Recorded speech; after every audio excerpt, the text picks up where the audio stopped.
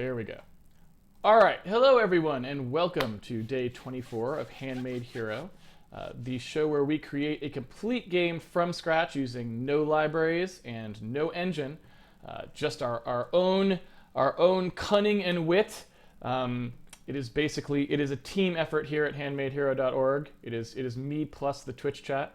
And so far we've, I think, done a really good job. We've made some pretty cool stuff. We have a Win32 prototyping layer that we built. It does some pretty awesome things already, such as live code editing and the ability to set like loops in the game that you can live code edit and watch the changes as you go. We did that earlier this week and it was pretty awesome. So I am excited for where we're at. We are at the point now in the process where we are going to wrap up the Win32 platform layer. So that basically we'll just be doing light modifications to it for the next few months where, you know, if we need something, we'll go in and deal with it. But for the most part, we want to move on to working on the game. So we want to kind of wrap up the Win32 platform layer for now and not have to really think about it anymore. So what I'm going to be doing today is I am going to try to sort of go through the Win32 platform layer and clean up some stuff that we kind of have left that we haven't finished. Or that we haven't really like kind of massaged into the right format or whatever, that sort of thing. Just kind of go through, like, spend some time dealing with to-dos, that sort of stuff. In preparation for tomorrow, when we'll kind of button everything up and do a little recap just so everyone can kind of get a second look at all the stuff that we've done and how it's architected and how it works, just for kind of to cement in the sort of the overall design of everything and how it kind of came together now that it's done. So, if you have pre-ordered the game on handmadehero.org using the handy-dandy pre-order button, then you should have gotten an email, and that email has a link that allows you to download a zip file, inside which is another set of zip files for every day of Handmade Hero. We are on day 24, which means if you want to follow along with your source code, you unzip day 23, which is yesterday, and that is the state of the source code that I am starting with right now. So I will go ahead and open that up, and then we will start to get to all of the stuff that we kind of need to clean up. So I have in my notebook here some things that I've written down, which are basically like little bugs or things that probably could have been better that we just didn't want to stop and do at the time, but that thinking about it afterwards, or somebody wrote in or posted on the forum, said, hey, you should take a look at this, or you forgot to do this. I just tried to buffer those up and we can kind of go through them all at once. So first things first, basically we still have an audio bug. It's not really, I guess it's, a bug is the wrong word for it. We did some work to make our audio better, and then we didn't actually use it. So I'll show you what I mean by that in a second here. I'm just going to turn the audio back on. We turned it off yesterday so it wouldn't be so annoying.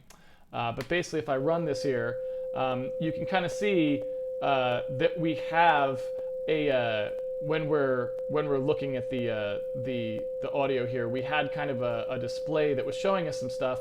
And I don't know if I can pause this in an easier way. Can I do? There we go. That's the easiest way to pause right now. Oh, I made a P key. That's right. We made a pause key. So basically what we did is we drew some bars here, and the bars were sort of telling us some various things about where we were outputting audio and all sorts of other stuff like that. But basically the weird thing about it was that we were expecting our prediction algorithm to give us something where this yellow bar would always fall in between this white and this pink bar, right? The white and the pink bar were basically like the, were basically showing us where the right cursor and the play cursor and stuff was going to be during our page flip, and the yellow was where we were predicting it would be, and we felt like we should always have a prediction that was kind of in between where it actually turned out to be and the next, basically the pink bar, sorry, this is the play cursor, this is the right cursor during the flip. This pink bar was basically the error that we could expect to have in where the play cursor was. So the play cursor would be somewhere in here, and we wanted to make sure that basically we were predicting that it would be somewhere in between there. But I believe, yeah, like right there, for example, at various times it would not actually line up properly. I guess it didn't, it's kind of hard. There we go. It was kind of hard to make it happen, but there you go. There's an example where you can see it was outside of there. And so we were doing some work to try and get that tighter, and basically what had happened was we'd kind of gone through on that day a whole bunch of stuff that we thought we should do in order to sort of get our sound as synchronous as possible and to make it so that it would work with low latency sound cards. This is not a low latency sound card, but if we had one, or if we later implement some lower latency output, something that's not direct sound, for example, and we could get better sound latency, we wanted our system to kind of be structured properly to make that work. And so what we did is we computed a thing that was called expected bytes until flip, which was basically the amount of bytes in the sound buffer that we expected to be consumed by the audio card in between when we were doing the computation and when we, like right here in the code basically, and when we actually expect the video to flip to the next frame. Because that's when we want our next frame of sound to start as well. We want those two things to coincide. So we actually did the work. Previously, we were using expected sound bytes per frame, and we were using it to basically compute where in the sound buffer we thought the video flip would happen. And we were using that. And then we computed this better value that was not using the expected sound bytes per frame. It was basically subtracting out the part of the frame that had already been computed, the amount of time that had already elapsed up to the point of the computation. But then we never actually used this value. We never replaced this with that. So that's actually what we expected it, what we were trying to do, and we never actually did that. And so I just want to go in and fix that bug. We did the work of doing the computation, but then we never actually tried using it. And so I just wanted to go through and actually see if we could try using it and to see if that makes it any more likely to be accurate. But it looks like it's a little behind now, actually, is mostly the only difference. So I don't know that that actually improved our accuracy at all. Now, it's hard to tell because, again, the information we're getting back from direct sound is very inaccurate. So we don't really know if maybe this is a more accurate thing. I will say that it tends to be much closer to where the play cursor is, at least most of the time, but I don't know. I wouldn't necessarily say that's much of an improvement to me. It seems like either we still have some bugs in there or some things that we could do more efficiently, or this is the best we're going to get on direct sound because it's not particularly accurate one way or the other. So I don't know. So I don't know if I think that's actually better or not. So we'll see. And I think in general, I would say we've probably spent enough time trying to get the sound sync well, and we will probably come back and revisit this stuff when we want to ship things, but since our sound is playing fine for the purposes of developing the game so far, I think we can mostly call that fine for now. But I did want to get rid of that so we'd actually be using the values that we computed. So unfortunately, that didn't seem to really help all that much. It doesn't seem to be a very good improvement, but at least now we're actually doing what we said we were going to do, which is better than not. So people who look at the code in the future will not be like, wait a minute, that is not what they said they were doing at all. All right, so the next thing I want to take a look at is basically, so there was supposedly some stuff where we weren't checking for succeeded properly, like this sort of stuff here. Supposedly there was some stuff where this wasn't quite right. I'm not sure if that's actually true or not, but let's see. Well, I don't know. Someone was saying basically that we were checking these differently. I think maybe they were just trying to say that we didn't need to do this anymore because we were doing these output debug strings. But I don't know. This actually looks roughly correct to me. I don't know. I feel like this looks roughly like what it should look like. So I'm going to call that one not actually something that we need to clean up. Again, I'm just trying to go through the things that people were mentioning, and that looks pretty good to me. Yeah, in fact, if anything, we probably want to pull out these guys eventually. So when we print out our diagnostics, we'll probably want to save what the error code is in these so that we can print them out. Since we don't have a logging system yet, there's not much we can do about that, but that does seem like something we probably would want to do eventually. So yeah, I'm gonna call that something we are not gonna address at the moment. So good, that's another one down. Let's take a look here. Get rid of that. And then similarly on that front, someone was saying that we really didn't need to do these not equal to's or equal to's anymore. Excuse me. So let's see. What are we actually doing with was down? Alt key was down. Yeah, I would agree. So I would agree that we don't need to turn these into actual bools anymore. So that's true. We could probably simplify this by just saying, okay, this evaluates to a non-zero value if it is correct, and so we could just do that. There isn't anything happening there. No, you know what? That's not true. So you know why that has to be there is because we're doing a comparison between was down and is down. And so basically, because these two values are going to be separate types of bit fields, you know, if you think about it, if was down is going to be true, if we didn't do this comparison with 0, which forces C to produce a unique 0 or 1 value, we would either have the 30th bit set or we'd have no bit set. So the true value would be the 30th bit would be set. Is down, on the other hand, if it were set to true or false, that's going to be whether or not the 31st bit was set. And so we can't really compare the two of those.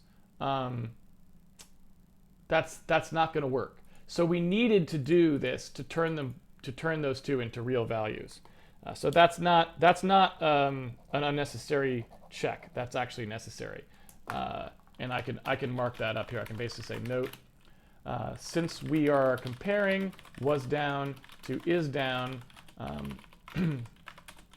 we must use equals equals and not equals to convert these bit tests to actual 0 or 1 values. Now, there's other things we could do. We could rewrite these expressions to be simpler. We could, for example, shift this down by 30 and then AND it with 1, and then they would line up in the same place.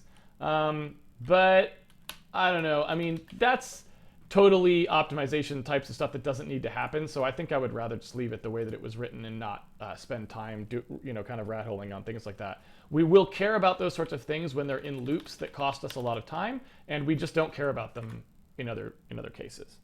So, okay, let's take a look at what else we've got here. We have a definite bug, I think. Well, I mean, I don't even know if we want to call it a bug, but it's definitely worse than it should be. Let's put it that way.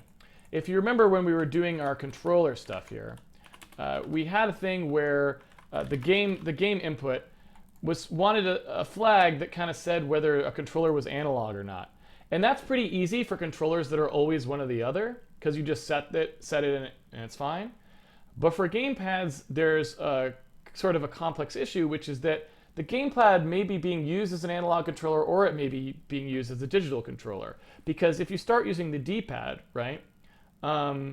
If you start using the D-pad, then you have this problem where you want to switch it from being considered an analog input to it being considered a digital. And then if you go back to using the stick, you want to convert it back to, say, use it as an analog. So what we want to do is we want to try and make a determination at any given time that's the most accurate we can to say whether or not the gamepad is currently being treated by the player as an analog or a digital thing, so that the game knows which one they're using. And so what we didn't do in here is we set the is analog to be equal to true or false based on whether the user was using the D-pad or the stick at any given time. But if they were using neither, then it would always just default to whatever happened to be set in the controller structure before. Now, since we have two controller structures and we ping-pong back and forth between them, that means that it would actually be the value that was set the frame before the previous frame. What we'd rather do is say that the new controller, every time we're about to make a new determination, a new controller, let's set it to whatever old controller was, right? Whatever the very previous frame was. Instead of skipping a frame, let's use whatever it was on the last frame so that the user doesn't do anything. Instead of defaulting to whatever the previous frame is, we'll default to what the previous frame is. I don't know if that makes very good sense, but this could be our excuse to try out. I don't know how you pronounce this. Krita, maybe. I don't know. Krita. I'm not sure how you pronounce it. I'm not sure what nationality is Krita, so I'm not sure how to pronounce it. But If we were to try opening up Krita here to see if it solves our drawing problem, which I don't know if it does, we will see what happens. Make it large, make it larger. Is it working? Well, I can't see the cursor, so I can't say that that's particularly useful. The cursor is hidden, it would appear. I'm not sure why. We'll have to maybe work on those settings a little bit, but otherwise the drawing is quite nice. So this is much closer to something we can work with. So let's see here. How do I pick a brush? Is that a brush? What is this? What is that? That's the text tool. I don't want a text tool. Is that a brush? Oh dear. I don't know what that is. Something around here should be a brush, I would think. But I'm not sure what. Okay. Someone tell me how to use this program. I guess I can just click on one of these. No? Maybe not. I don't know. Tools? Edit? Well, I can maybe practice using this. It certainly seems like it's pretty useful. So, and if I can just make the gradient paint with brushes, well, I would like to paint with brushes. I thought I clicked on that though, and it didn't seem to work. Can't paint on a vector layer. Oh man, now I've really done it. Let's get rid of all these guys. There we go.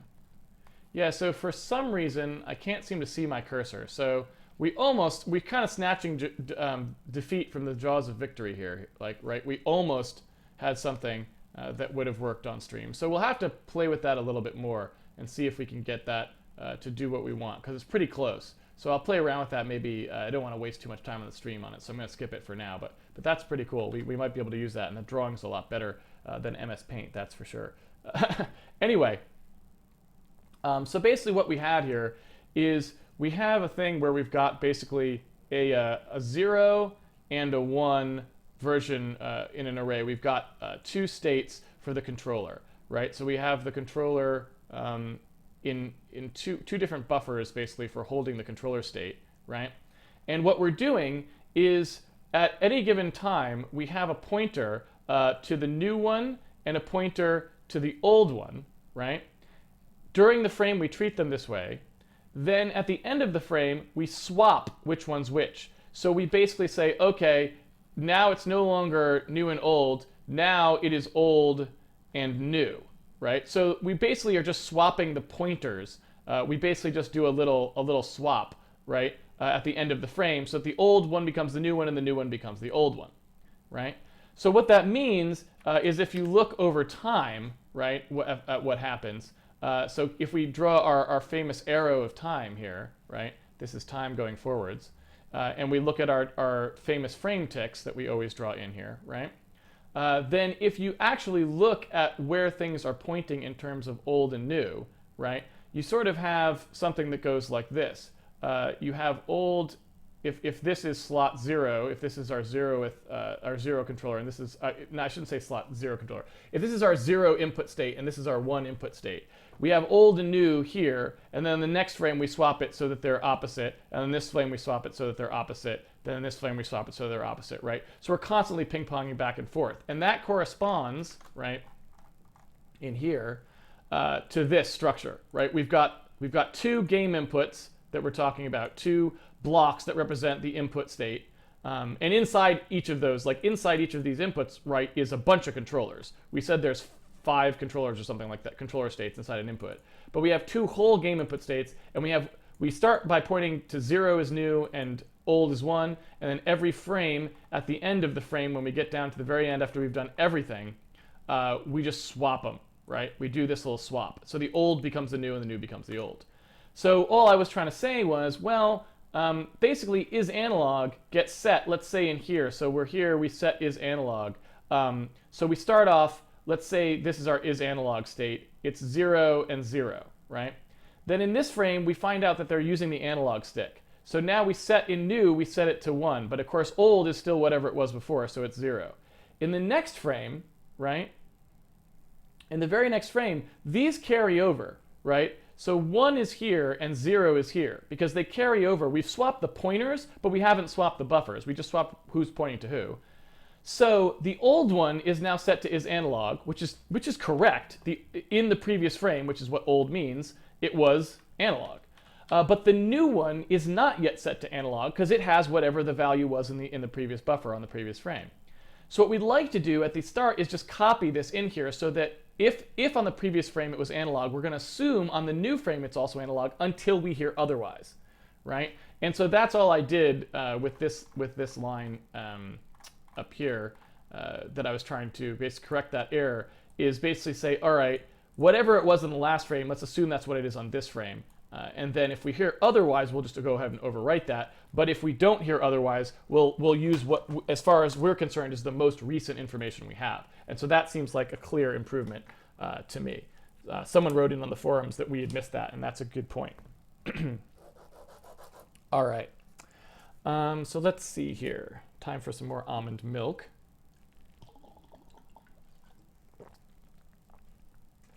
All right. So one thing I want to do is that I think that for our prototyping purposes, I had used stretch. I'd use stretch DI bits here. And what I think I want to do is, because we're trying to learn how to do rendering and stuff like that, I don't think we want to scale our image at all. I think for our purposes while we're doing prototyping, I think we want to always see 1-to-1 pixels to pixels. So what I think I want to do is say that we're always going to blit the buffer width and the buffer height, always, no matter what the size of the window is. So basically, like, we're always, it doesn't matter how we draw this, right? It doesn't matter what you do. We're always going to just do however big it should be for 1-to-1 pixels. We're just going to do that, right? And we'll let the scale can go down if it wants to. Oops, I forgot we added that crazy feature. That is just the weirdest feature. We'll have to look at that today, see if we can clean that up a bit. We'll let it scale if we need to, like, make it small or whatever. We can leave the sizing in there for now. But I'm just going to make it so that it's locked and it won't ever do the scaling, so that way we can see exactly 1-to-1 pixels what we're actually doing, right? So that's what we're going to do there. I'm hearing some audio clicking, which I wonder if we introduced a bug somewhere.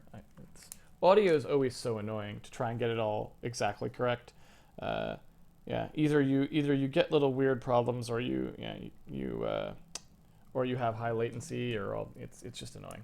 Anyway, let's keep going here with the various things. So I wanted to turn that off, and so we did turn that off. And I probably will say, let's just get rid of this for now. Let's not play with stretch modes. Let's not do any of that stuff. We'll save that for when we actually do our shipping stuff.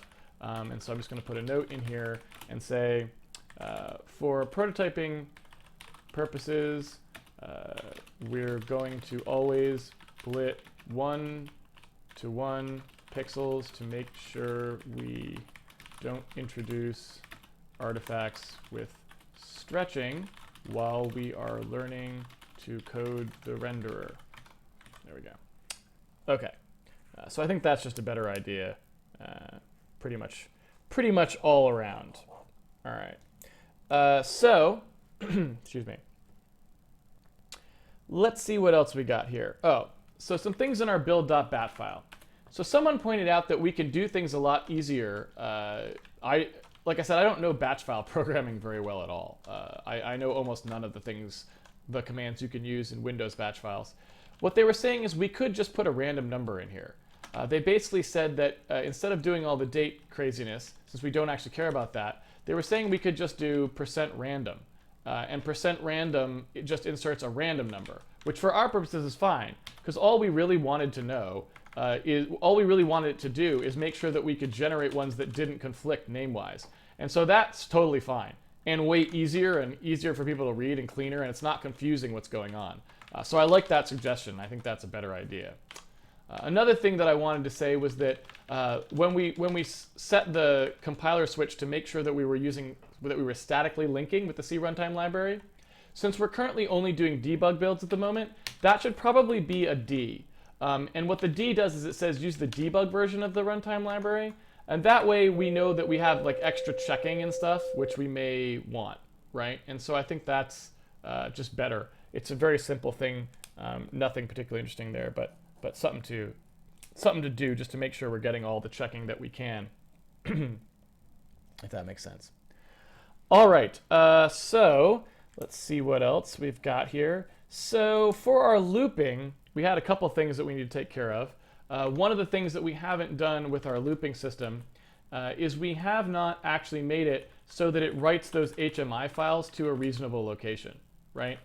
If you remember, we had these HMI file things, and we never really, we didn't really make them write to the build directory like we wanted to.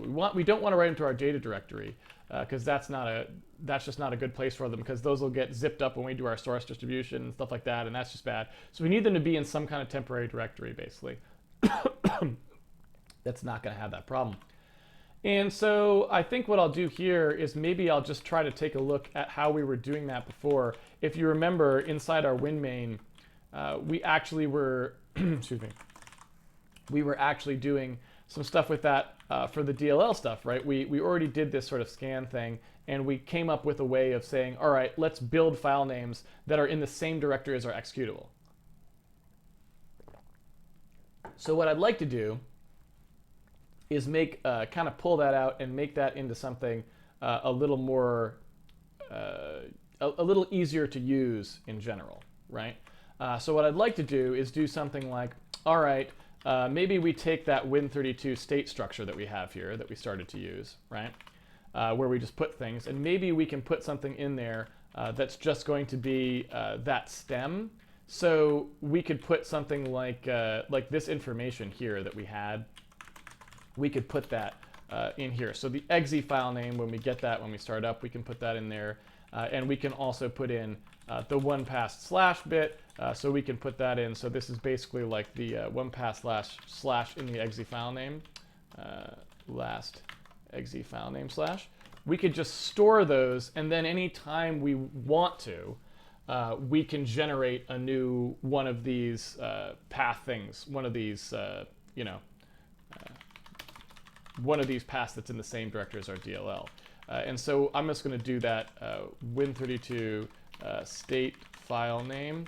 I'm going to, I guess I'll call that count. So I'm going to go ahead and just say that we're going to define this max path thing out here, because I'm not super comfortable with that, and we may want to revisit it later. So I'm just going to basically say that everything has to be this instead of max path, so that I kind of have a better handle on what's going on with it. And then what I'm going to do is I'm just going to say, let's pull out this code into something that operates in with the Win32 state. So I will say here internal void process, or I should say Win32 get exe file name or something like this, and that will take our Win32 state structure. And that doesn't actually need any parameters because it is able to get the module file name just straight from itself. So basically what we'll do is we'll say that this is going to be off of this now. So we're going to say that the exe file name, when we get it, is going to go straight into our Win32 state structure. We will then make our one pass slash. That will actually be off the state structure as well. So now these things are preserved, right? And then when we do that, we can make a utility here that will just generate these names for us, and we'll be good. So for example, we can do something where we can say, we'll just grab this in here. So there we go. We can now do something where we'll say Win32 build exe path file name or something like this. I don't know what we'll call it. That seems reasonable enough, I guess. You pass in that state structure, and then you pass the file name in, and that will replace this thing here. I think we also probably want to pass the sign. Well, we could assume that that's always passing in an actual null terminated string. So maybe we'll do that as well. So we'll take care of that, and we'll basically say that all we really need is a dest count and a dest. And so that way we can just go ahead and get rid of all this. So then we basically pass in that dest count, and we pass in the dest as well. That's going to go in there. We can now convert this to using our state structure, right? So that's exe file name and that, and this is exe file name as well. And then this will simply be the file name and the, we'll say the string length of the file name. And we don't have a function for computing a string length yet, but it's pretty easy for us to write one. We know that basically, if you remember all the way back from way back when, if you remember all the way back to the time when we were in the Intro to C course, we know that the way that these strings are stored is they're just bytes in memory, and then the last byte is a 0. So we know if we start from wherever the pointer to the string is, and we just look until we find a 0, if we count how many times we had to go, how many bytes forward we had to go, that would be how long the string is. It's just counting how many characters there are, and we know each character is 8 bits, 1 byte. Since we know this isn't Unicode, it's just ANSI. If it's Unicode, you've got a little bit more to deal with because you can have multi-byte characters. But ignoring that for now, we can do a pretty simple thing that's just the string length. And in our case, we really just care about how many characters are in it. We don't even care what the number of logical characters is. So even if this was Unicode, this is still probably what we'd want. Anyway, so we basically have a string that comes in here, and we have a length that we're going to do. So we're just going to get that length. All we have to basically do is say while the string star string is going to dereference the pointer to the string, it's going to get whatever the character is. We're looking for a null. So basically, we can do something that's really just that, right? We can basically say that if the character that it's pointing to, star string, right? If star string is not 0, we increment count and keep going. And if it is 0, we stop and don't increment. And then we also have the plus here to basically say after you check it, increment the pointer to the string as you go, right? So that's you know what? Let me go ahead and step through that too, so you can actually see how it works. We'll take a look at that in a second here, and I can kind of explain it a little bit in a little bit more detail. All right. So what do we have to do here? We need to fix that pointer. There we go. And again, a bunch of places where that was true. Then we have to come down here and right. So now we basically have a utility function for doing this, if that makes sense. So we should be able to basically make this, all of these guys should be able to work with that. So now if we just have this, the place that we want it, we should be able to pass that state structure. We should be able to pass the destination where we want the thing to go, and then we just pass whatever the file name stem is like that, and we can get rid of all of this extra code. So that's kind of nice, right? Get rid of some code there. Always good to get rid of code if you can. And this one will be the handmade temp.dll, and it is going into this guy like that. So get rid of those. And then we just need to actually call this guy. There we go. Yeah. And that should just about, ooh, I don't know why I did that. Everything turned green for a moment. And that is just about it. We now need to grab that Win32 state structure and get it so that it's actually in a useful position. I don't know when we want to actually, the order of operations here, I'm not sure when we want these various things to occur. You know, we could think about how we want these to be lined up. I don't know, you know, it feels like maybe we just want this to happen right away. I don't know, hard to say. But anyway, Win32 state, Win32 state, Win32 state, and in theory, we now should be running. Let's go ahead and step through that because I wanted to talk about that a little bit more. So this is, again, just doing the code exactly like it was before and doing that same scan that we already looked at. So that's basically all it's doing is it's putting it in here now instead of before. You can see it pulls out the stem just like we wanted it to. So that all works exactly the same as it used to. But now in here, we've got a new thing, which is that string length thing. Oh, and you know what? There's I left that -1 in there, but we don't need it anymore. So I left that -1 in there. If you remember, this used to be a size of, right? And so it used to be taking an array and asking what the size of it was. Now the array will include that null, because you have to remember there's always a little null in here. There's a 0, not the letter 0, but an actual 0 byte at the end of it. So when you ask for the size of a string, you will, if you do size of a constant string in the code, you're going to end up getting one more character than the actual number of characters in it, because that last character is that null. And so we were subtracting 1 from those to get rid of that. But our thing here doesn't count that null terminator. Our string length doesn't count it. So basically, we don't ever need that anymore. We don't need to do that subtraction, right? So let me jump right to this again and go into that string length. So let's take a look at the string length. We initialize our count to 0, right? So there it is, getting initialized to 0. And then we have the, oops, don't mean to type in there, I'm gonna type in here.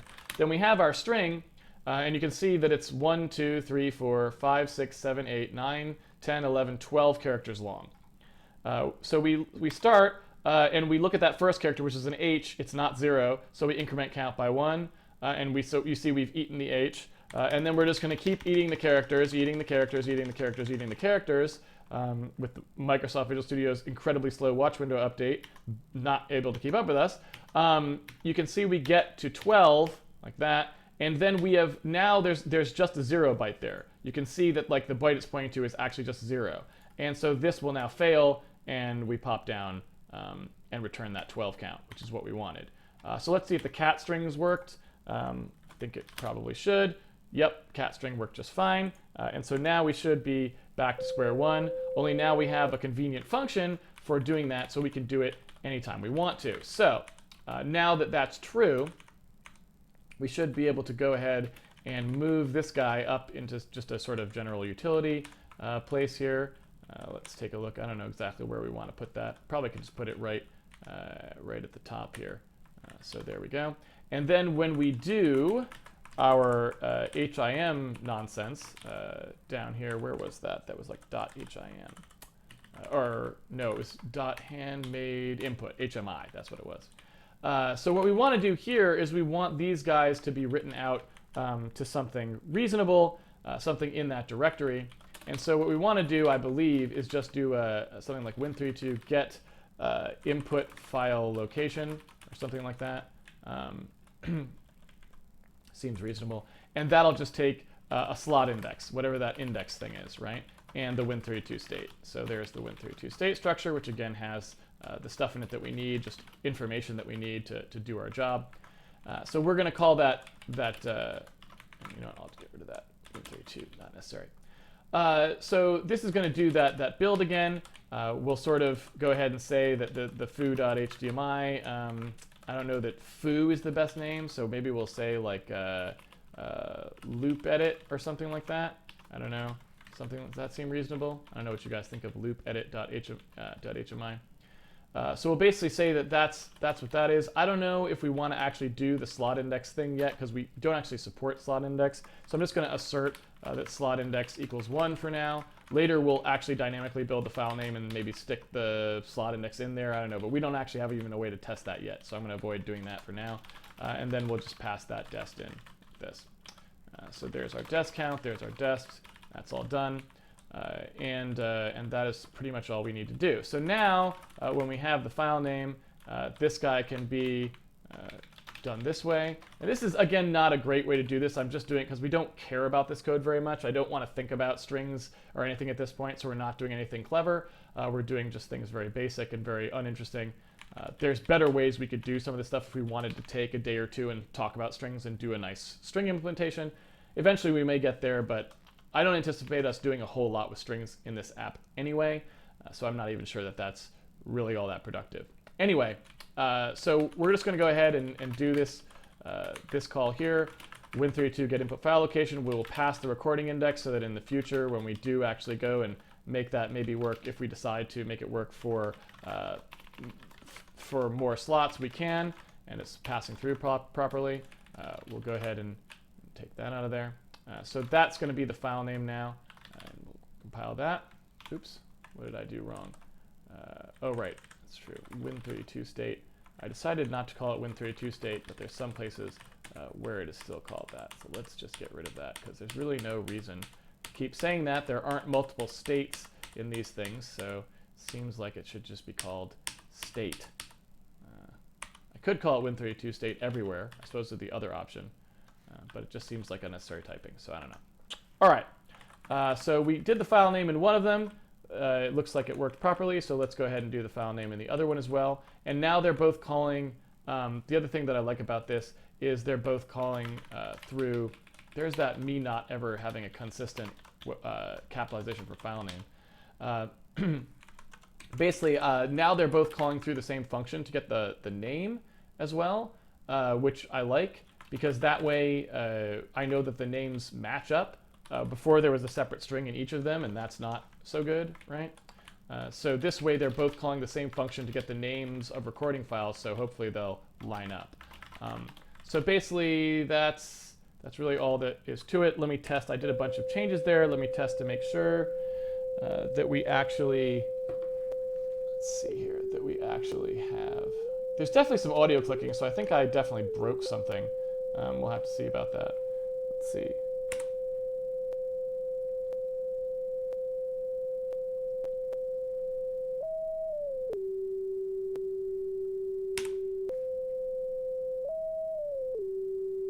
Yeah.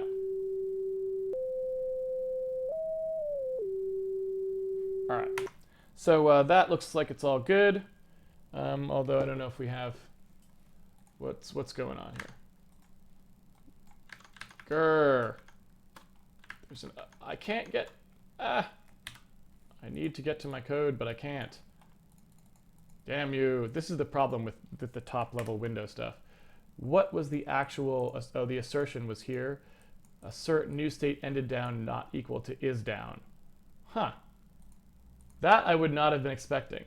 Basically that says that there was a time when the keyboard input state was not, I could actually see that being true once in a while because we don't actually handle things like switching apps, switching the app, and then, yeah, all right, I could actually see that being true once in a while. That's something we have to talk about when we get to the more industrial strength input handling. So I'm not gonna, I don't think we need to worry about that quite just yet. But yeah. All right. So what was I about to do there? I was checking the file name thing worked properly. I'm gonna get rid of that on top layered nonsense because I think that's gonna cause us some problems. So I'm gonna get rid of that until we actually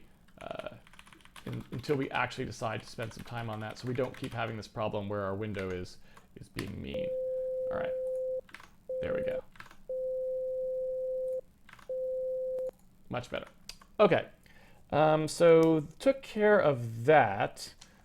So in theory, let's take a look here.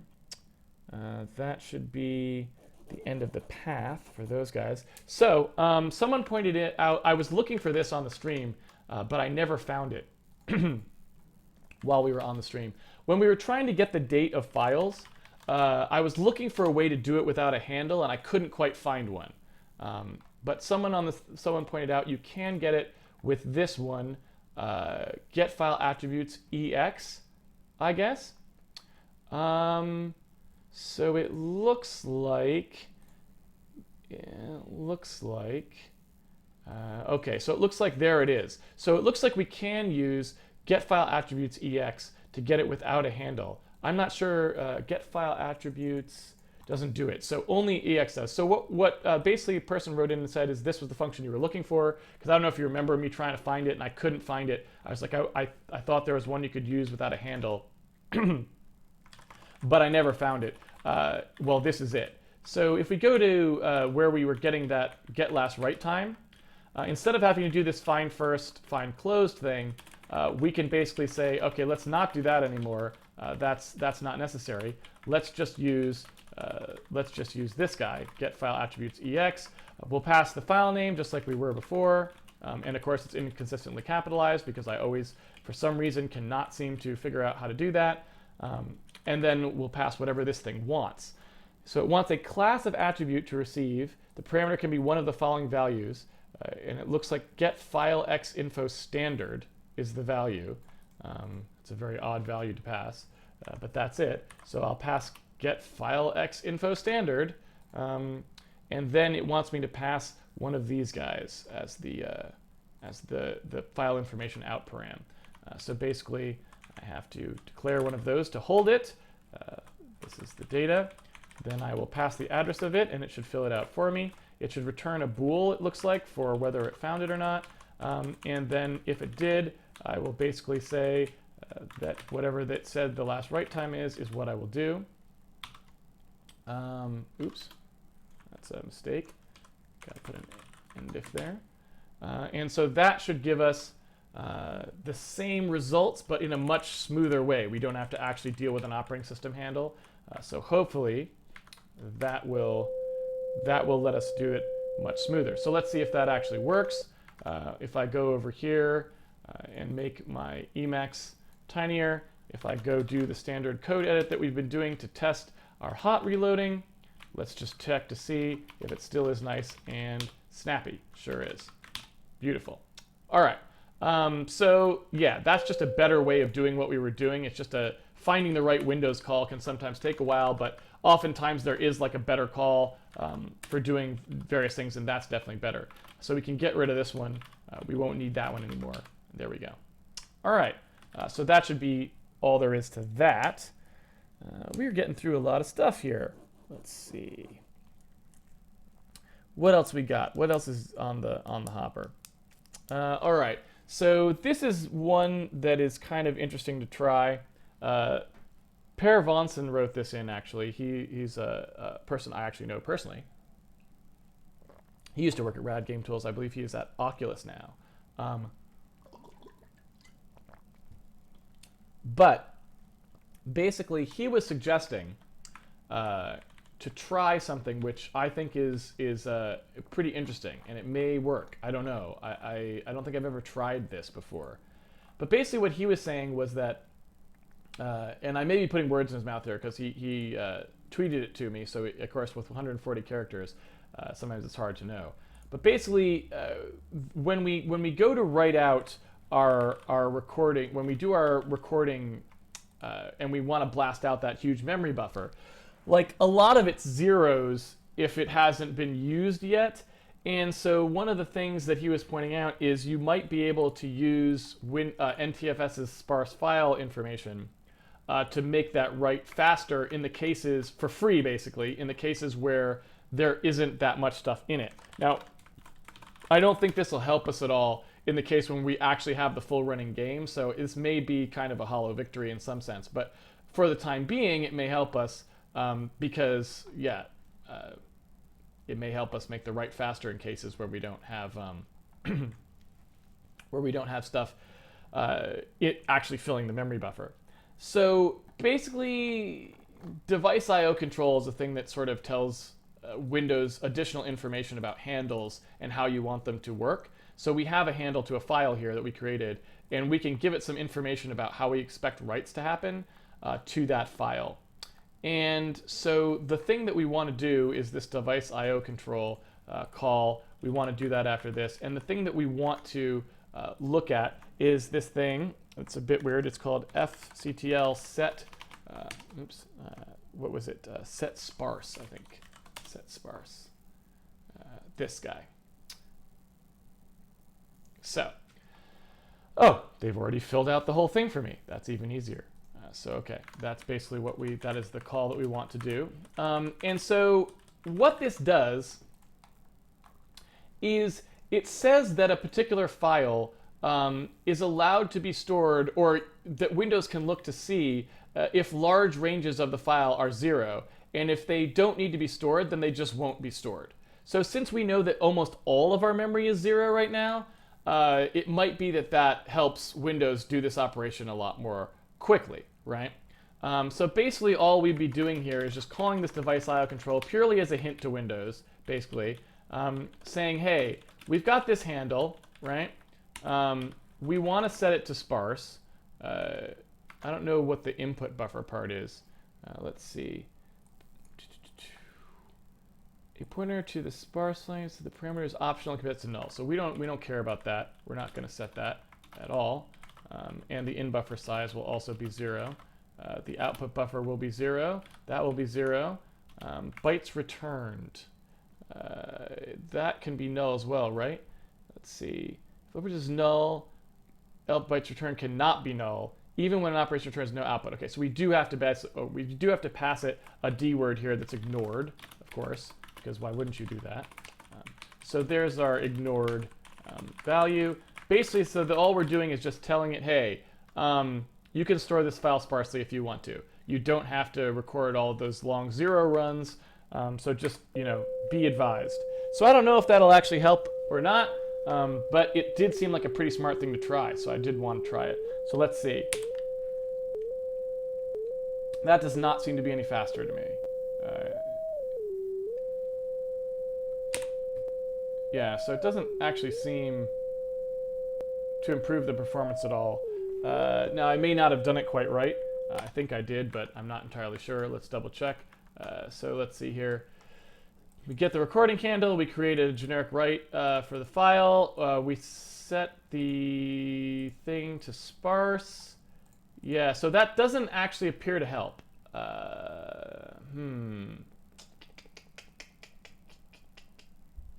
Does not appear to help to me. So I'm going to say we don't actually need to do that. It would have been nice if it did, but I don't think it actually does. So I'm going to go ahead and pull that. All right.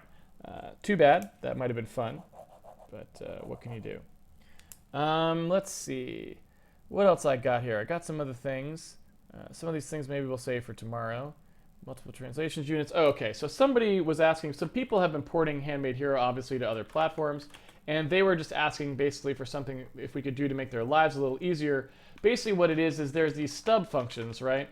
And the stub functions are in the header file, and so what ends up happening is the stub functions being in the header means that if they have multiple translation units that all include the header file, then the thing gets defined multiple times. Right? So there's a couple things we could do here. We could make sure that these things are only defined once if we wanted to, that's one way to go. The other thing we could do is just guard the calls to them. And so what I might do is just guard the calls to them entirely. So just get rid of the stubs. The only reason the stubs were there was to make it so that you could use this the function calls even if it was invalid. But really all we have to do is just say that it's always going to be 0.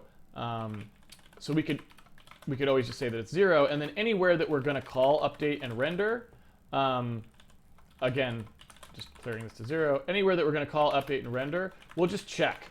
We'll just check to see, and we just won't call it if it's null, right? That's all we're going to do. And that just seems to me to be a little more sane. We know there's not going to be hardly any functions in here, and there's only 2 times. They're going to be called in so few places. We'll just say that you have to check for null. So basically, what we'll just define, we will basically define that. We will basically define this game code thing to say, you know what? Note either of the callbacks can be null, right? You must check before calling. And so that's just a rule that we've made. And that way people don't have to worry about that symbol being multiply defined. So that way there's nothing in this header file that's a function that's being defined other than an inline, right? Other than these inlines, which inline functions you can declare multiple times because they can be anywhere since they're not declaring they're not actually making a new function. They're just basically a macro, kind of thing that gets inserted into code. So that seems totally fine, and that'll help some people out who are doing some porting work and who don't want to deal with having to only have one file in the platform layer like we are.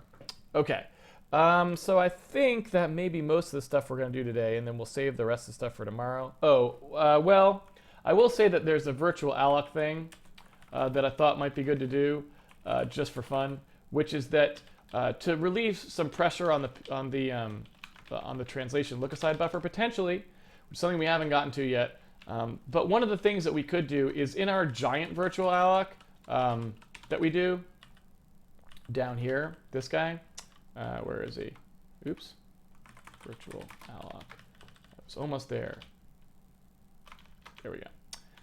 So in this guy where we do our giant virtual alloc, it might be nice to allow the operating system to use large pages.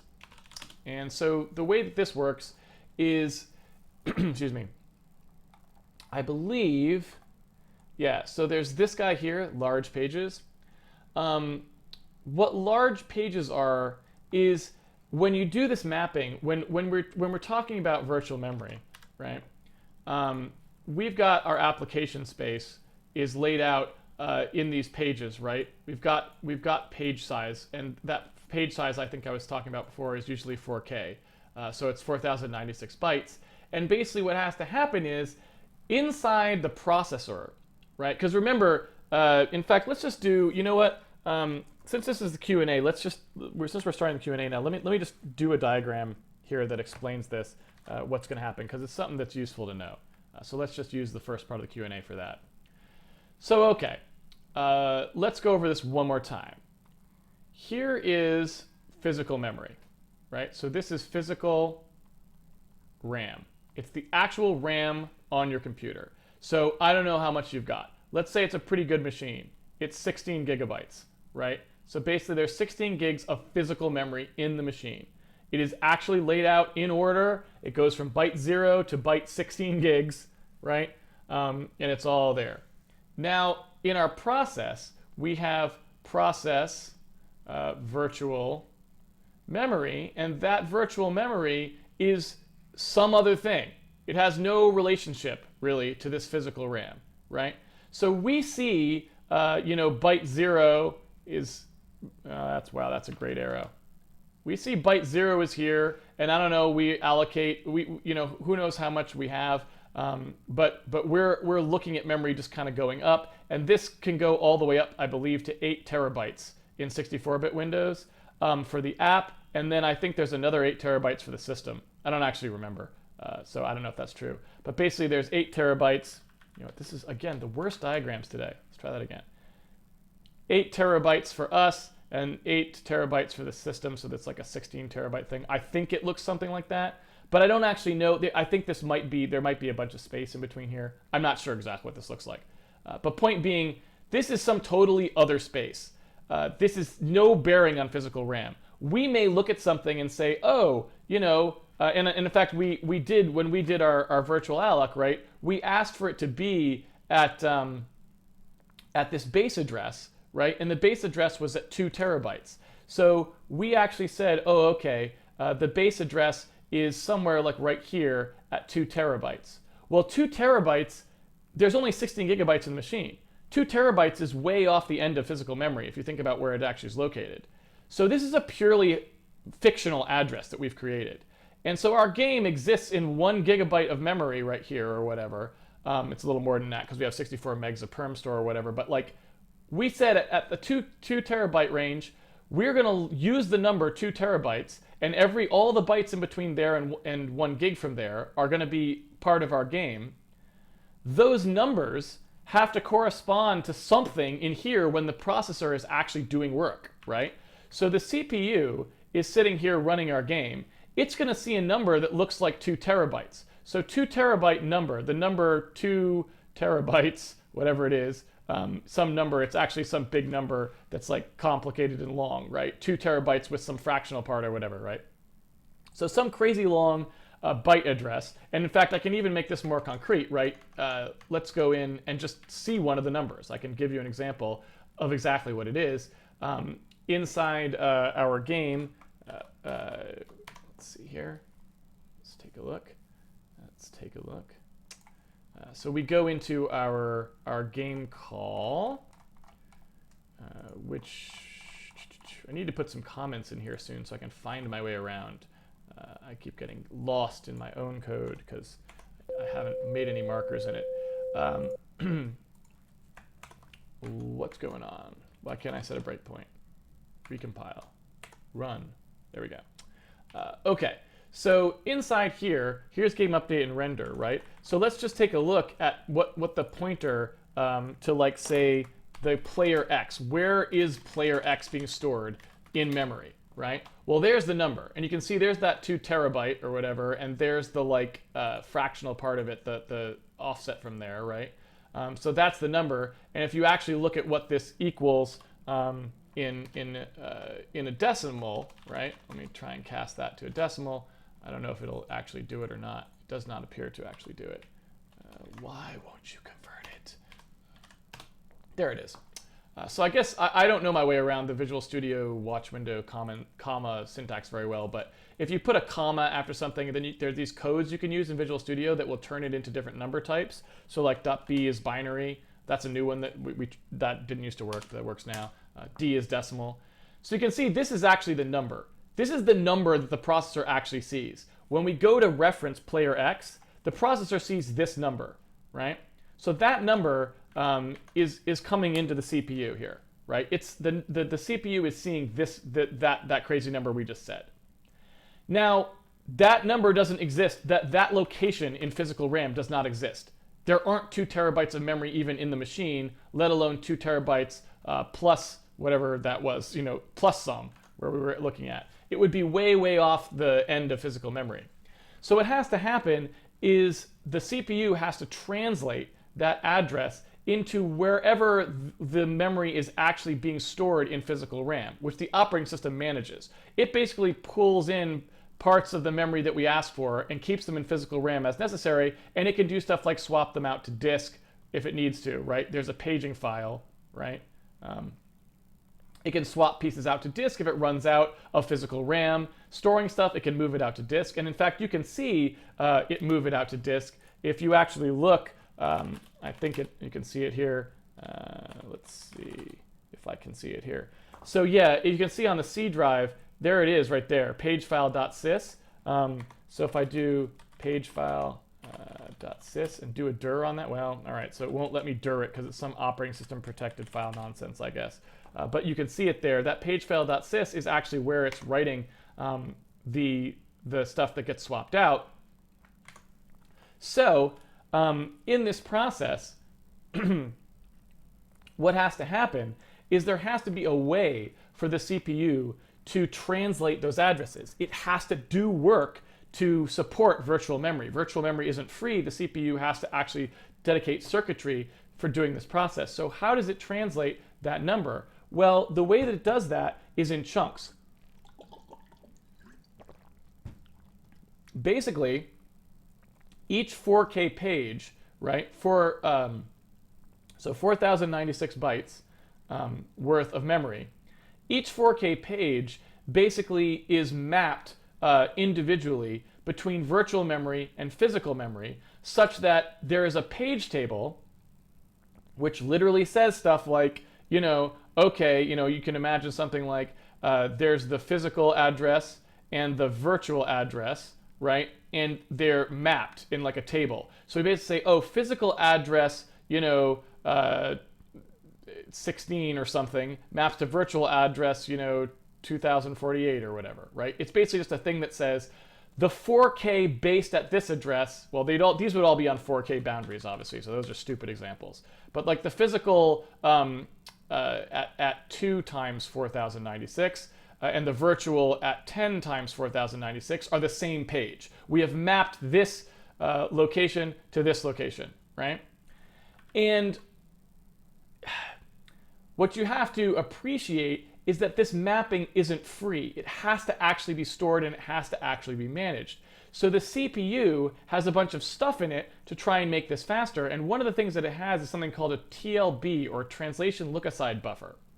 And basically what that is something designed to translate addresses quickly by having a small number of these mappings directly on the CPU that can be looked up extremely quickly. It's basically like a cache for address translation, right? And you can look this up if you want more information. I'm not a CPU guy, so I'm not the guy to give you the explanation on that, but you can look for this translation look-aside buffer. You can look for this on like Wikipedia, and it can sort of tell you, right? So it's cache for virtual addresses, like I was saying, and it can kind of explain to you a little bit more about exactly how it works. But the part that I'm trying to get to that I thought was interesting to kind of dive into here, and the reason I wanted to talk about it, was because if you think about what happens, the number of entries in this table, the number of entries in the number of total entries of translation that have to happen in the operating system, right, is based on how big this number is. If each thing is 4K, then there's going to be a certain number of entries. If everything was instead 16K, right, then there would be 4 times less entries, because for the same amount of memory to be mapped, each mapping stores 4 times the amount of addresses essentially, right? Because you're mapping it in 16K blocks, which means that for a translation look-aside buffer on the CPU, if the pages are 4K, there's going to be a lot more entries in here than if they were larger. And so what I believe is that I believe you can switch to using 2 megabyte, which is massively larger than 4K. I believe you can switch to using 2 megabyte sizes for the translation look-aside buffer. I don't actually know if that's true, but I think that's something like that is basically true. And if you tell virtual alloc that you're okay using large pages on some operating systems, on some versions of Windows, I think it can actually switch your process to using 2 megabyte pages, which takes a lot of pressure off of that TLB.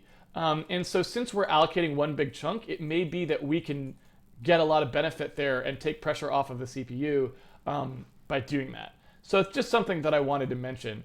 And so I think it's probably worth us passing that flag in the case that we're not on Windows XP to just say, hey, let's go ahead and use those large pages. So what I want to do is I just want to go ahead and pass that. That's about it. I believe that's on the mem commit, mem reserve, whatever side of things. So it's right in here. We do that, and I'm just going to put to do in there. To do, like, do we need to not pass out an NT? Will that mess up NT? So do we need to not pass mem large pages on Windows XP, or will it be fine? Right? That's about it. So I just wanted to try that because I think that may help us in the future basically avoid the situation where we have a lot of TLB pressure. That's just another thing that can make life harder for the processor when it's trying to run our code. So I'm just going to see if that works. All right, so that doesn't work. I assume there's a problem with allocating the mem large pages that way. I don't actually know what it is, but I'm going to take sorry to eat up Q&A time. We can go a little long, but I just wanted to try that because I've never used it before. But I feel like it's something that we could do. So I'm going to see if there's anything particular that we have to do. To use large pages, lock memory privilege by calling it just tokens. So we didn't do that. We'd have to do that. Retrieve the minimum large page size, include minimum large pages. So we'd also have to do a little bit extra, it looks like here. We'd have to actually call adjust token privileges to basically say, hey, we're going to be a large page app. All right, so maybe I'll have to leave this as a to-do for later on in things, because that does actually sound like... I was hoping we could just say, hey, please let us use large pages, but it doesn't look that way. So let's see. Use mem large pages and call adjust token privileges when not on Windows XP. So that's something that I'd like to do in the future, because the translation look-aside buffer actually can cause you to slow down, because basically anytime you miss that translation look-aside buffer and you're accessing an address that needs to get translated and you have to pull new entries into the TLB, that's another source of processor slowdown, right? And so since we don't really care too much about how that memory is paged because we're trying to run in all of our game in memory at once, I feel like there isn't probably much of a downside to using the large pages. Maybe that's not true, but I would at least like to have it in our app so we could do some testing and like turn it on and off and see if it made a difference in any way. And it might be that we find that it just doesn't matter, but since we can do it, I thought it might be nice to try. All right, so I think that's about it. And we are now into the Q&A. So hopefully everyone knows the drill by now. If you could include C. Muratori in your question, so I will see it, that would be very helpful. And please keep your questions to things we did on this stream or in a previous stream, but not stuff that we're going to do in future streams, just because we will get there when we get there. All right, let's see if we got any questions. Of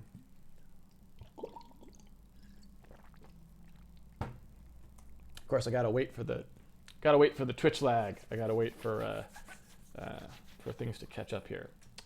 See, we got through quite a lot of stuff today. That was pretty good. That was pretty good. A couple more things we'll have to do tomorrow, but we're in pretty good shape. Any questions? Any questions? Any questions? Come on, Twitch lag. Catch up. Do do do. Do do do do.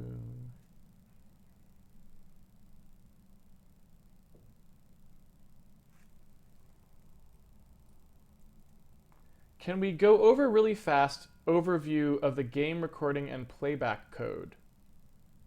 Sure. There's almost no code though, but we can certainly go over it. Very briefly, there's basically nothing to it. So here are the parts that make it work very simply. Again, this is all just because if you pick your architecture right, certain things become very easy. I happen to pick the architecture so that this is very easy. If you don't do these architecture choices, then it becomes very hard, and that's the nature of architecture. Architecture is about making choices that make the things you want to do easy, at the expense of other things becoming hard, but those other things you try to pick such that they're things you don't care about, if that makes sense. So the first thing that we did that makes it easy is we made game controller input be a structure that's easy to record, right? So basically the entire input to our game is in here, and we made that that decision makes it trivial to record game input. So basically and to play it back. So basically the first thing that we did that made things easy for us is we now know that in order to record or play back input, the only thing we have to do is before we call game update and render, which is the only place that can actually do any work to change the state of the game, all it does is take that input structure. That's it. That's the only thing it knows about, that's the only thing that can affect how the game runs. So as a result, all we have to do is before we call that update, if we wanted to record, we just record the input that we're going to pass it by writing that out to a file, just the whole block, just this struct flat to a file, bam, into the file, just like it is in memory. And if we wanted to play back, we just do the opposite. We pull it right out of the file, we just romp it right over the input we were going to pass. So instead of passing it the actual input that the user did, we pass it whatever we read from the file. That was the input that we recorded on some previous run through. So that's thing one. And that's totally trivial. It's just reading and writing a struct from a file. That's it, right? And so the only other thing that we needed to be able to do after we had that working, right, is we just needed a way to reset the game state. So that basically we could record the input, we could just play it back by reading from a file, that was fine, but what we don't have a way to do is reset the state of the game. Well, again, architecture-wise, we made smart decisions, so the way that our game works is it just gets passed a block of memory, and it's assumed that the game is supposed to just run entirely inside that block of memory. So all we have to do to save and load the state of the game is just save that block of memory. Now we know what the block of memory is because we allocated it right here. This is the block of memory. And because we told virtual alloc to always put that block of memory at the same base address in memory, it means that any pointers inside that block of memory that point into other parts of the block of memory will still just work, because they're always going to be the exact same locations no matter when you run the game, because it's always allocating memory at the same base address. So what it turned into was, in order to save and restore the game state, the only thing that you have to do is just blast that memory block out to a file. So literally all we do when we first open the file, to write it, so let's see, begin recording input. To write it, all we do is just write out that memory block, the whole thing, blam. And then when we want to play it back, we just read it back in, right over the memory block. Just romp it, whatever the memory block is right now, we just read in the old one, blam, it's on top of it. And there you go. This is exactly like, someone mentioned this in the forums, and they're totally right. It's exactly like what an emulator does in like, when you can save the state in like a NES emulator or something. It just takes the memory of the machine and it dumps it out to disk. Well, what we've done is we sort of created almost like a virtual machine that our game runs in, and so we can do just like what an emulator does. Our engine sort of works almost like an emulator, where you can just write out the block of memory and it's fine. So that's it. It's really simple. And again, it's all about architecture. If you build your architecture smart, stuff that seems like it's very complicated actually is really totally trivial, and you get a lot of stuff for free. When you're saving game state snapshot, how big is the file? The file will be however much memory you gave the game to work in. So we allocated a gigabyte plus 64 megs, so the file will be a gigabyte plus 64 megs, if that makes sense. And I should double check the work we did today worked actually. So in Handmade, these should be in the build directory now. Yeah, loopedit.hmi. So you can see there it's a gig plus 16 megs, which is what we expected. What is that? That doesn't look good. foo.text, foo.bar, and 2. Oh, I think those were, that was for when we did that mistaken pipe, right? that was from when we were messing around on the stream before. Let me make sure those guys don't get recreated. But yeah, that was funny. Okay, take that off there. Close that down.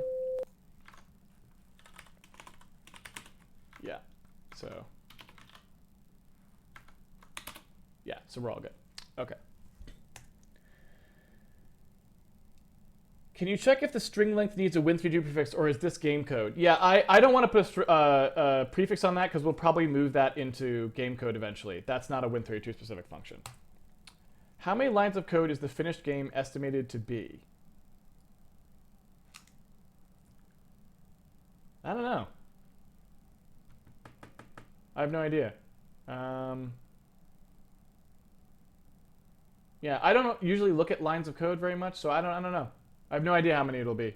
We'll see when we get there. Someone can run clock on it. Maybe use 2 random in your batch file to get a more unique file name. It doesn't matter. Like, if they collide, we don't care. It just means that the build will fail that one time you hit Alt-M. But, I mean, yeah, it's not, that's just not going to be a problem, I don't think. Having just finished my first university course in C++, I found myself really enjoying coding, but not really sure where to continue learning on my own. Any advice on where I could go or what to do to pick up a bit more coding or knowledge experience? Not really. I mean, basically this stream is my answer to what I think maybe people should doing. I'm trying to go over the sorts of things I think people should learn how to do. So that's really, this stream is the best answer I have, because I didn't think there was necessarily a lot of information out there. So that's what I'm trying to do with the stream. So I don't know. I'm sure there are other good things out there to do, but I'm not super familiar with them. So I'm not sure I can necessarily recommend anything in particular. What is a good example of well-written game code? For example, everyone talks about Doom code. I don't know. I haven't looked at the Doom code. I'm not sure. There's not that many game source code things out there.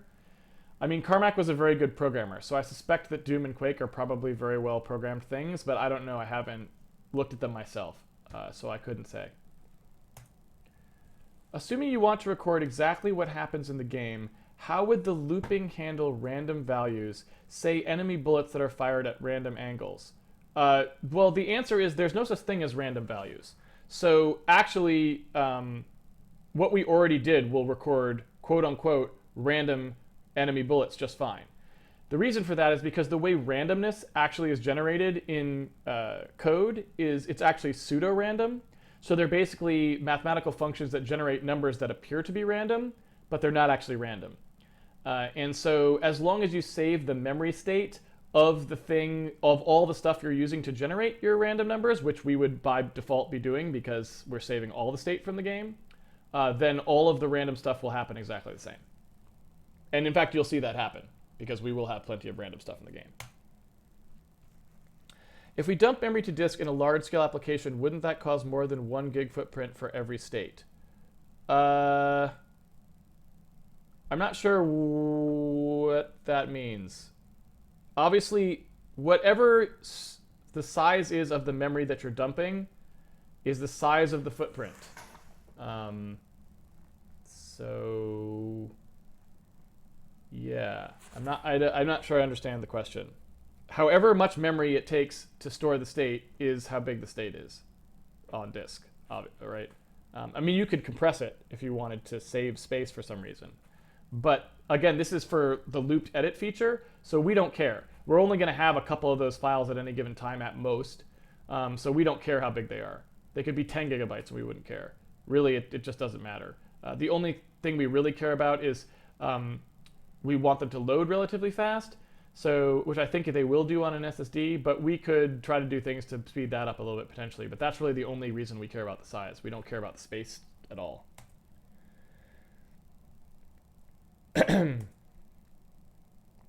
I don't get the stuff where you declare a variable without initializing it, and then you use the address to it in a function call. Is that a dummy thing, or what is it used for? So I'm not sure exactly what you're referring to, but maybe are you talking about stuff like this? Is this what you mean? Assuming this is what you mean, then basically what this is reserving space on the stack for essentially use by some other function. We are going to reserve something this big, however big this struct is. We are going to call getFileAttributes.ex and pass it the address of it, so it can then write into that memory that's on the stack in our stack frame, write what it needs to write in there, and so that we can access it. So basically, the reason that it's not initialized is because we don't care what its values are. We just care that space was reserved for it, because this function is actually going to do the write. It's going to actually create the values. And you can see that happen. You can just step in and watch that happen, right? What's the name of this function? Get last write time. So if we wanted to actually watch that happen, you can see it. So we come in here, and basically at this point in the code, we have reserved, so size of data, right? We have reserved 36 bytes at this address, which is on the stack, which is on our stack frame. We've reserved 36 bytes of our stack that we are now passing the address to getFileAttributes.ex. You can see that it's just garbage right now, but then when we actually call that function, it fills all of it in on our stack with the values. So that's how that works. Hopefully that answered the question. I'm not sure I knew exactly which question you were asking, but hopefully that is roughly the question. Also, is the breakpoints window, why do I need my breakpoints window? Get that breakpoints window. There we go. Let's get rid of those. Okay. You can make the recording instantaneous using copy on write pages. Yeah, so I was trying to think about how to do that. I was wondering about that. And I wasn't 100% sure how to still always have the same base address when doing that. Does that make sense? So, yeah, I mean, I think basically the way to do it is you do a memory map, you do the memory map file of the memory from the current location to a temp location, right? And then you let the game run, and then when you need to restore it, you just mem map back, right? And I think that works. I don't know. I haven't tried it yet. I didn't want to do it that way at first because I wasn't actually sure if it was going to work. But I agree that that may work. I just have never tried it. So I can't promise you that it would, but I think that it might. It doesn't help you with storing it to disk, really, as much, but, you know. Would the sparse file flags have dropped .hmi file size by how much? Well, it probably would drop the HMI file size, and it would probably drop it by however many 0 pages there were in it. But again, it wouldn't drop it at all later when we're totally filling the memory. So it's not really a meaningful optimization later on. It was just a fun thing to see if it would work in our current state where most of the memory is 0.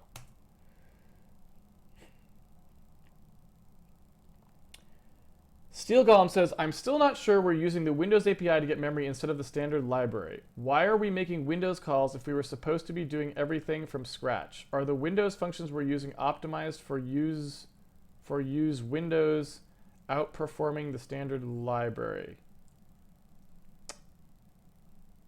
I do not understand the question.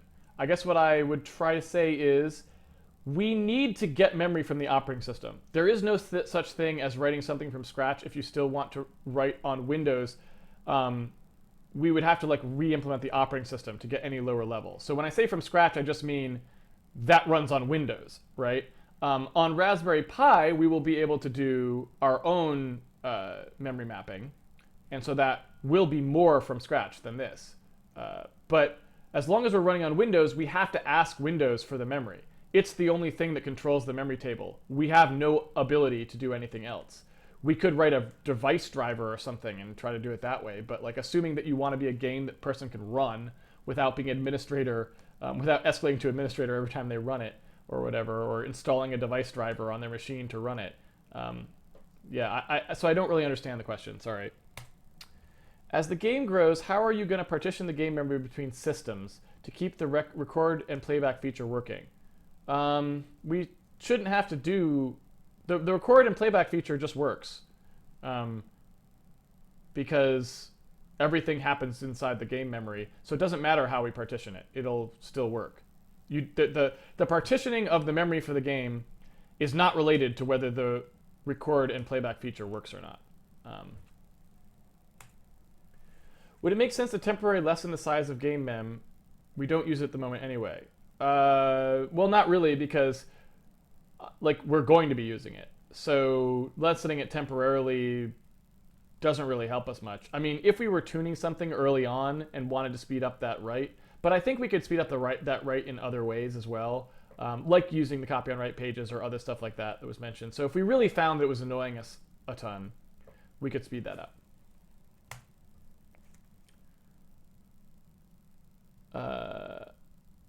Are you happy with the timing FPS results? I found an old article on RDSE for more accurate timing. So RDTSC is for profiling, not timing. You cannot use RDTSC for timing. Using RDTSC for timing is very bad. So you need to use query performance counter for timing, meaning the thing that actually measures how long the game loop takes for synchronization with like the audio and stuff, and for like trying to hit 60 hertz or 30 hertz or whatever. That has to be query performance counter because RDTSC doesn't tell you wall clock time. RDTSC we do call, and we have that in here, right? But that's only for profiling. And so until we start actually profiling code, we will not be using the results of RDTSC because that is not, you never want to use the results of RDTSC for timing unless it's, you want to use it for profiling. So they're ambiguous words. You never want to use it for synchronization. You only want to use it for profiling. And we haven't done any profiling yet. When would the Mac code start? I am following with Windows in a VM and is really slow. We won't do Mac until we ship, so it'll be a very long time. But if you want Mac earlier, keep in mind that if you go to handmadehero.org and you click on News and Forums, keep in mind that in the coding resources section, there's already two options for Mac. There's the Mac OS X native port, and there's also the SDL port that's originally for Linux, but you can use it on Mac. So you have two options for Mac right now if you don't want to run in a VM. So I would highly recommend checking those out because there's people who are keeping those up to date and all that. Is there any negative effects of making the page size bigger? So I don't really know. I would say that possibly yes, because having, increasing the granularity like that from like 4K to 2 meg or something, you do run the risk of sort of fragmentation of the TLB. So if you think about like what happens here, right? If I've got something where I've got memory and who knows how, like here's the translation look-aside buffer, right? And the translation look-aside buffer has some number of entries in it. Let's say it's got 4. Hopefully it's got more than that, but right? Let's say it's got 4 entries in the TLB. And those 4 entries can each point to 2 megabytes, right? So they can either point to 4K or they can point to 2 megabytes or something like that, right? Well, I would guess, I'm trying to think about if this is true or not. Well, no, you know what?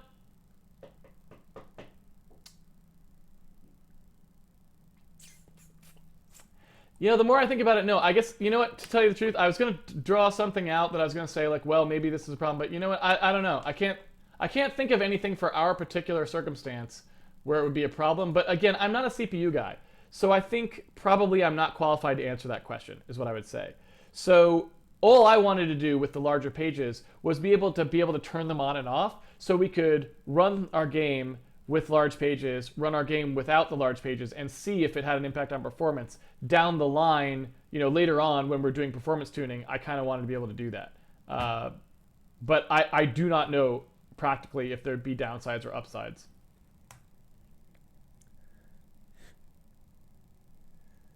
Let's see. How do you calculate the size of a struct? Do you mean besides just doing size of? I mean, the easiest way to calculate the size of a struct is just to ask what it is, right? You just ask the compiler. We do that all the time. We just call size of, right? I did it right here. So size of is the thing that says how big a struct is.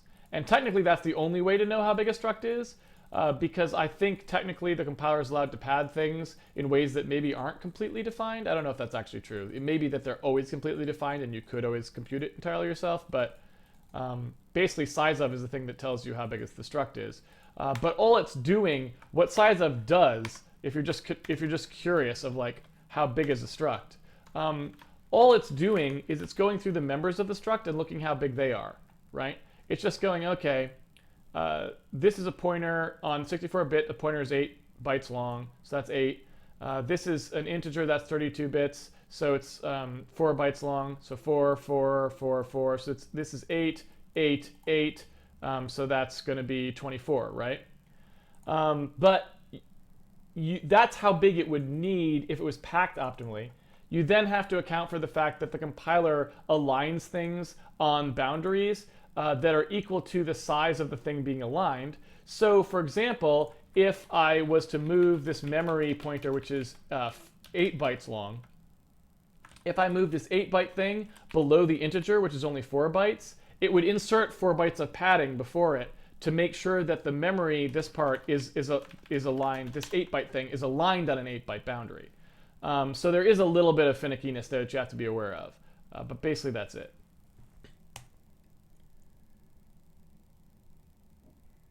Can you add line numbers so those of us following along at home have an easier time? So we tried to do that. We put line numbers in the debugger. We couldn't really put line numbers in Emacs because they were really pretty ugly, and they were a little bit buggy. So I don't know about that.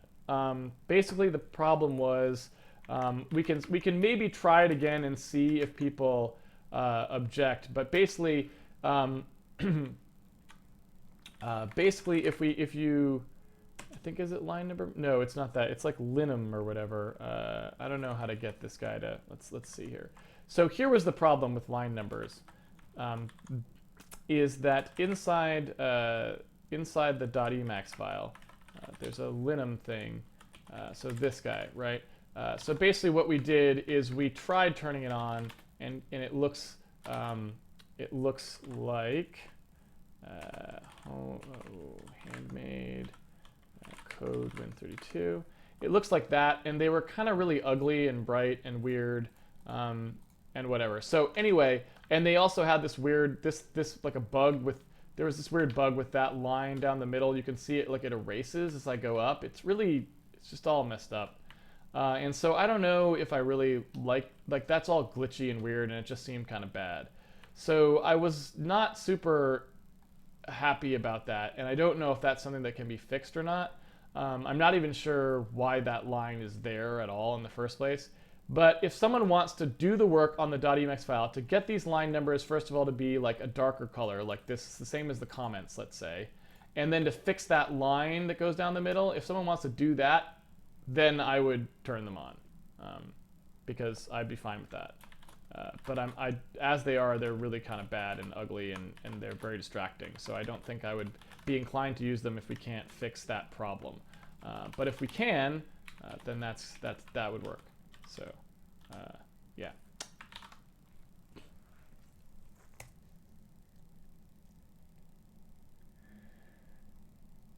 Okay, I believe some people think that the game state is saved every time with the input, whereas it is only saved at the beginning of the recording and then modified through input playback. That is correct. So we only save this, the 1 gigabyte only gets saved when we start. From then on, we just play back what the input was, and we let the game recreate its state from that. So it doesn't create a gigabyte every frame. It just creates a gigabyte once. That's it.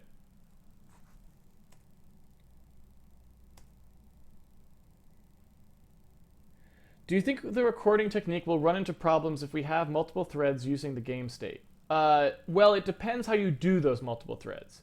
So basically, I don't think we will run into problems with it the way I am going to do the threading in the game.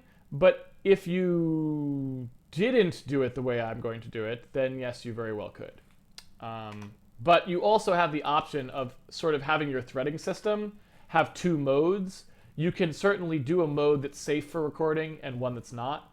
And so when you're doing tuning, you could use the one that's safe for recording, and when it's not, right? So you could work around it that way as well. If virtual alloc does not guarantee contiguous memory, could this pose a hindrance to cache optimizations? Virtual alloc does guarantee contiguous memory. So I'm not sure what that means. So I'll say two things about that question. So first of all, the first thing to remember is no virtual alloc only operates on pages anyway, and cache lines are smaller than a page. So for example, 4096 bytes is the smallest page size that virtual alloc will even allocate in a chunk at once. And I'm pretty sure that virtual alloc always aligns to 64K boundaries anyway. So basically you're talking about things that are massively larger than a cache line anyway. So I'm not sure the question, I'm not sure I understand really where that question's coming from. But also virtual alloc does guarantee contiguous memory. Even so, it is all going to be contiguous. And remember, it's contiguous in our virtual address space. It's not contiguous in physical memory. But again, that doesn't affect the cache at all, because the cache is actually always going to be some subdivision of the virtual memory paging size anyway. So it doesn't really matter. It's never going to be discontiguous across a cache line boundary, if that makes sense. Where can I get earlier versions of the code? The link only gives me the latest version. No, the link gives you all the versions. So when you download, in the link, when you download the source code, it's a zip file that has every day's source in it. So you should be able to just open up that zip file and see all the days. Every single day is in there. Or at least it should be. If it's not, please let me know. All right, looks like that is the end of questions. So that is good. Perfect. All right, everyone. Well, thank you very much for joining me for another episode of Handmade Hero. We have one more day of cleanup that we're going to do tomorrow. And then next week, we will be starting on our game engine, which should be pretty exciting. I'm looking forward to it, definitely. I'd like to have some prettier stuff up on the screen than our gradient. Not that our gradient isn't awesome, but it would be nice to have some real art made by a real artist on the screen. So that's going to be pretty exciting, I think. As always, if you would like to follow along at home with the source code, you can pre-order the game and it comes with the source code. You can download it every night. After after we finish here, I upload it so you can get immediate access to it. If you would like to basically discuss the series or get more resources, you can go to this news and forums site, and basically it's got all kinds of things. It's got an episode guide for watching past episodes along with some nice time annotations that allow you to jump around the videos. There's a coding resource page which has ports you can use and also some helpful guides. There's the discussion, which is the forums. You can kind of go on here and post questions and talk with other people. So I highly recommend checking out this site if you're into the series and just want more resources and a place to talk about it. It's pretty handy. So thank you very much, everyone, for joining me. We will be back tomorrow at the same time, 11 a.m. We'll be back tomorrow for a little more cleanup before coming back on Monday at our regular time, 8 p.m. So thank you very much, and I will hopefully see you tomorrow.